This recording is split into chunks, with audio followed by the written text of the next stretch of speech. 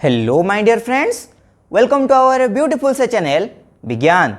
तो आज की इस वीडियो में हम series combination and parallel combination of resistors के बारे में कुछ इंपॉर्टेंट बातें करने वाले हैं।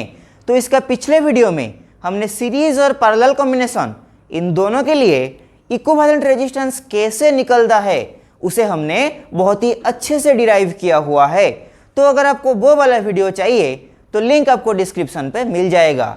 लेकिन आज की इस वीडियो में हम series combination and parallel combination इन दोनों को साथ साथ पढ़ने वाले हैं ताकि हमारा कंसेप्ट जो है वो और भी बेहतर बन सके। तो आइए बिना देर किए शुरू करते हैं हमारा आज की इस वीडियो को। तो यहाँ पे हमने तीन रजिस्टर्स कंसिडर किया हुआ है, A register, B register and C register. और यहाँ पे रजिस्टेंसेस है R1, R2 एंड R3।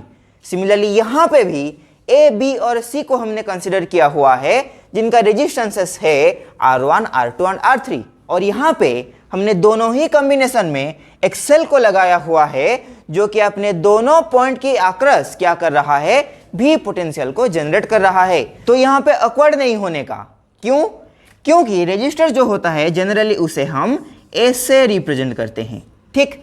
तो रजिस्टर्स को हम ऐसे रिप्रेजेंट ना करके ऐसे भी रिप्रेजेंट कर सकते हैं, कोई दिक्कत इसमें नहीं है। रजिस्टर्स को चाहे इससे रिप्रेजेंट करे चाहे इससे रिप्रेजेंट करे, किसी भी तरह का फर्क नहीं पड़ेगा। रजिस्टर्स को सर्किट में ऐसे भी रिप्रेजेंट किया जाता है, ठीक। तो आइए पहले बात करते हैं हमारा किसके बारे में, सीरीज कॉम्बिनेशन ऑफ रजिस्टर्स के बारे में। तो यहां पे क्या होगा, यह है हमारा बैटरी का पॉजिटिव टर्मिनल और ये है हमारा नेगेटिव टर्मिनल। तो यहाँ पे क्या होगा, करंट पॉजिटिव टर्मिनल से फ्लो करना शुरू करेगा। तो यहाँ पे क्या होगा, ये करंट ऐसे होते हुए ये रजिस्टर्स के बीच से होते हुए क्या करेगा, फ्लो करेगा, ठीक। तो यहाँ पे क्या होगा, आखिरी में ये आई करंट आके बैटरी में फिर से समा जाएगा, ठीक।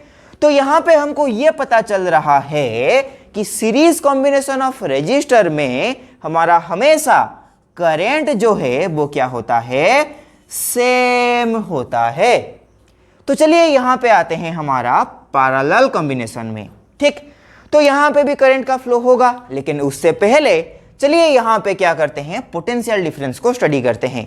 तो यहाँ पे देखिए क्या होगा, यहाँ पे भी पोटेंशियल हो रहा है, मतलब यहाँ पे भी क्या होगा, हमारा प्लस भी पोटेंशियल होगा और यहाँ पे भी जीरो पोटेंशियल होगा। मतलब किसी भी तरह हमारा इन दोनों पॉइंट के बीच में क्या होगा, पोटेंशियल डिफरेंस भी आएगा। मतलब हम ये बोल सकते हैं ये तीनों रजिस्टर्स की आक्रस जो हमारा पोटेंशियल है वो हमारा बराबर है। इसका मतलब ये हुआ कि पैरेलल कॉम्बिनेशन में क्या होता है, जो हमारा पोटेंशियल डिफरेंस होता है वो क्या होता है, सेम होता है, ठीक। तो आइए यहाँ पे क्या करते हैं, करंट के बारे में बात करते हैं, ठीक। तो यहाँ पे क्या होगा, करंट ऐसे पॉजिटिव टर्मिनल से निकलेगा। तो जब ये करंट यहाँ पे आके पहुंचेगा, ये देखेगा यहाँ पे उसके लिए तीन अलग अलग रास्ते बने हुए हैं। तो ये क्या करेगा, ये करंट तीन हिस्सों में बढ़ जाएगा और तीनों में ही फ्लो करने लगेगा। तो मान लीजिए यहाँ पे I1 करंट फ्लो हुआ, यहाँ पे I2 और यहाँ पे I3। तो यहाँ पे भी I3 आएगा, यहाँ पे भी I2 आएगा, यहाँ पे भी I1 आएगा। फिर से क्या होगा, ये तीनों मिलके क्या करेंगे, I करंट को डेवलप करेंगे जो कि फिर से बैटरी तक आ पहुंचेगा, ठीक।